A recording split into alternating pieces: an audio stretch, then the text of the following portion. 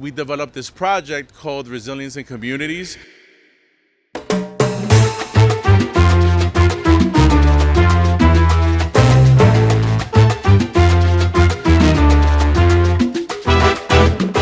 Which is what helps us build equity and resilience through bringing in entrepreneurs, through bringing in, food components and all these other activities. Part of our RLA social enterprise, Ricardo Lopez and Associates, as a for-profit with a social enterprise arm, we know climate change is real, right? And when issues happen, the issues happen to our communities the most, right? If we're going to talk about electricity, we have a blackout. Who does that affect? Us, right? They don't black out 42nd Street, right? We're going to talk about food. We live in food deserts and food swamps, right?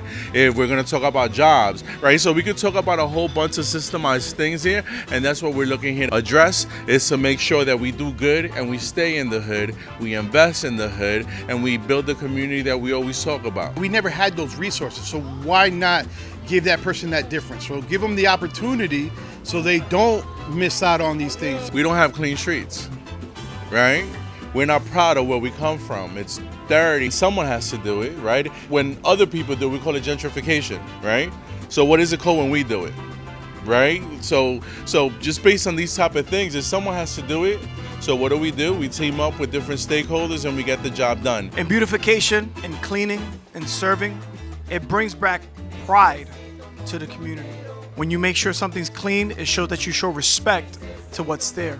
We want to do more, but we are based on our limitations, and that's why by coming together, we share inventory and we bring abundance. We always complain, right? I'm tired of complaining. I'm here to do. So we're currently doing culinary classes right now. They can be engaged in the Good Foods Jobs training program, culinary.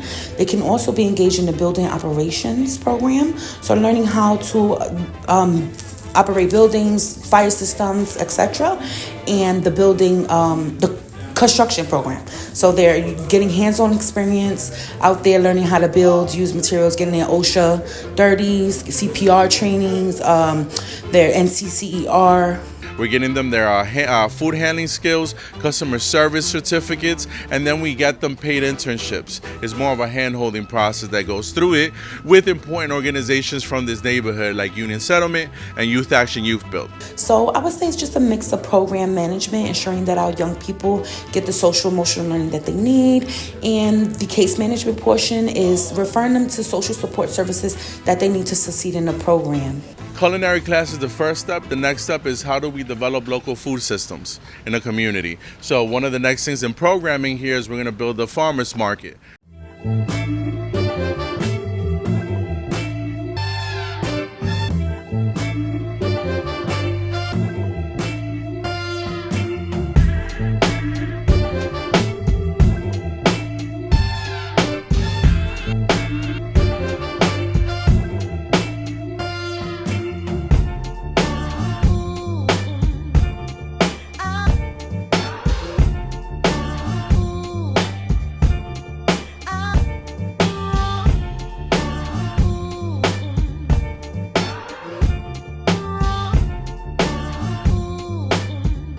Well, we're coming together as a community. We're doing some cleaning up, we're doing some cooking.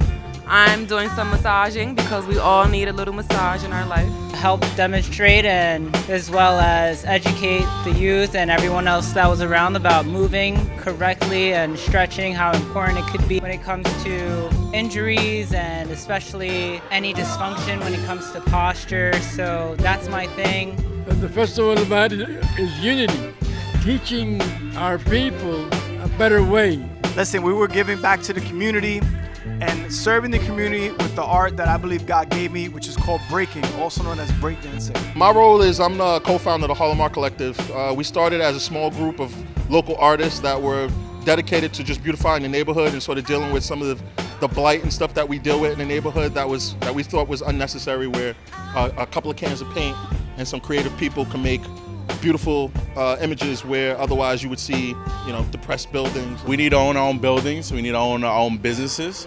We need to do import-export of our services and products internationally. We are international communities, and there's more than just the block, right? There's the world, and I feel that right now we are laying down the foundation for a lot of this work that's gonna come, so that way we could do a lot of work locally, right? But this local work in New York is unique because we're a global community at the end of the day, right?